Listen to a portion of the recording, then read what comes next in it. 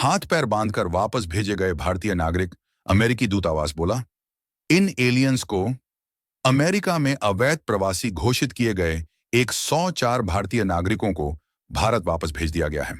अमेरिकी सेना के खास विमान में इन सभी भारतीयों को अपराधियों की तरह हाथ पैर बांधकर भारत लाया गया। भारतीय नागरिकों को इस तरह से वापस भेजना भारत में बहस का विषय बना हुआ है। इसी बीच नई दिल्ली में अमेरिकी दूतावास की ओर से बयान जारी किया गया है। डोनाल्ड ट्रंप के सत्ता को संभालते ही अमेरिका में अवैध प्रवासी घोषित किए गए 104 भारतीय नागरिकों को भारत वापस भेज दिया गया है। अमेरिकी सेना के खास विमान में इन सभी भारतीयों को अपराधियों की तरह हाथ पैर बांधकर भारत लाया गया। विमान की लैंडिंग पंजाब के अमृतसर एयरपोर्ट पर की गई। अमेरिका से भारतीय नागरिकों को इस तरह से वापस भेजना भारत में बहस का मुद्दा बना हुआ है। विपक्षी दल नरेंद्र मोदी सरकार पर हमलावर हैं। इसी बीच नई दिल्ली में अमेरिकी दूतावास की ओर से अमेरिका से वापस भेजे गए भारतीय नागरिकों को लेकर बयान जारी किया है। अमेरिकी दूतावास ने कहा है कि जो भी अमेरिका में अवैध तरीके से घुसेगा उसे वापस भेज दिया जाएगा। दूतावास ने कहा कि अमेरिका में इमिग्रेशन कानूनों को लागू करना राष्ट्रीय सुरक्षा और लोगों की सुरक्षा के लिए बहुत जरूरी है। अमेरिकी दूतावास के बयान में डोनाल्ड ट्रंप की तरह अवैध प्रवासियों को एलियंस कहकर संबोधित किया गया। बयान में कहा गया कि इन अवैध एलियंस प्रवासियों को देश से निकालने के लिए इमिग्रेशन कानूनों का ईमानदारी से पालन करना अमेरिकी की नीति है। अमेरिका के मिलिट्री प्लेन से भारत आने वाले कुल 104 भारतीय नागरिकों में 59 पुरुष और 25 महिलाएं और 13 बच्चे भी शामिल हैं। बुधवार को दोपहर 1:59 पर यह प्लेन अमृतसर एयरपोर्ट पर लैंड हो गया। रिपोर्ट्स के अनुसार अमेरिका से वापस भेजे गए इन भारतीयों को मैक्सिको अमेरिकी सीमा से पकड़ा गया था। कहा जा रहा है कि ये भारत से वैध तरीके से रवाना हुए थे, लेकिन इन्होंने डंकी रूट के जरिए अमेरिका में घुसने की कोशिश की थी।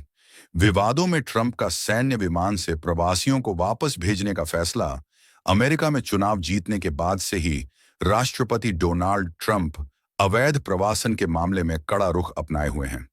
ट्रंप यह बात लगातार कह रहे हैं कि अवैध प्रवासियों को डिटेंशन सेंटर न भेजकर वह उन्हें जल्द से जल्द उनके देश वापस भेजना चाहते हैं। पिछले साल दिसंबर में चुनाव जीतने के बाद उन्होंने कहा था कि वह नहीं चाहते हैं कि यह अवैध प्रवासी हमारे यहाँ 20 सालों तक कैंपों में रहें।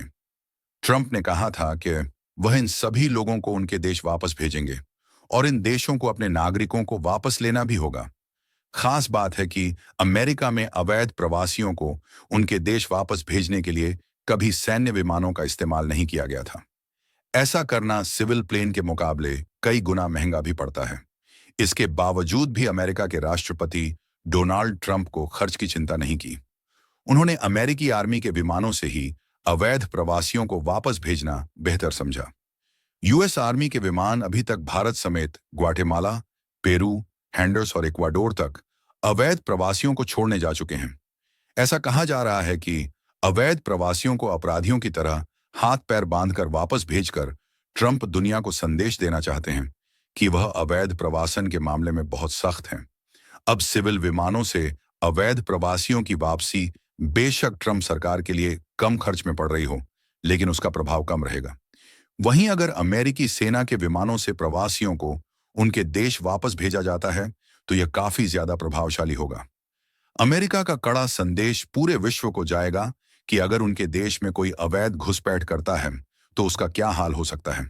कुछ दिनों पहले ट्रंप ने कहा था कि इतिहास में ऐसा पहली बार है कि जब अमेरिका सरकार इन अवैध एलियंस को सेना के विमानों में भरकर वापस भेज रही है। सालों से जो लोग हमें मूर्ख लोग समझकर हंस रहे थे, अब वह फिर से हमारा सम्मान करना शुरू कर देंगे।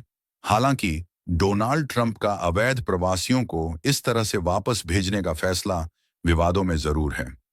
कोलंबिया समेत कई देशों ने ट्रंप के इस फैसले पर नाराजगी भी जताई। कोलंबिया ने ट्रंप सरकार का यह फैसला न मानते हुए नागरिकों को वापस लेने के लिए अपने सिविल विमानों को अमेरिका भेजा।